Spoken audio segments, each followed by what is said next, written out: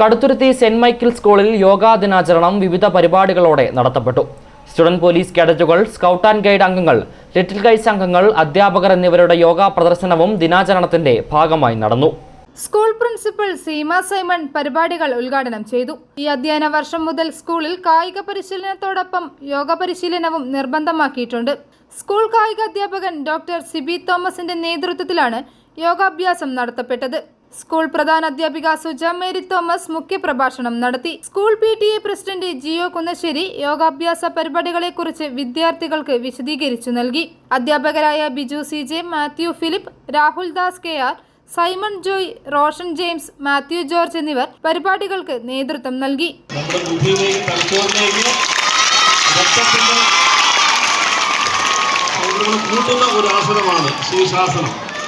തലച്ചോറിലേക്ക് രക്തത്തിന്റെ പ്രവാഹം വർദ്ധിപ്പിക്കുന്ന ഒരു ആസനമാണ് ശീർഷാസനം. ഇത് എല്ലാവർക്കും ചെയ്യാൻ പറ്റുന്നതല്ല. അതിന് നിരന്തരമായ പരിശീലനം ആവശ്യമുണ്ട്. അതിന്റെ ശീർഷാസനം. i4U news, Ettumanoor.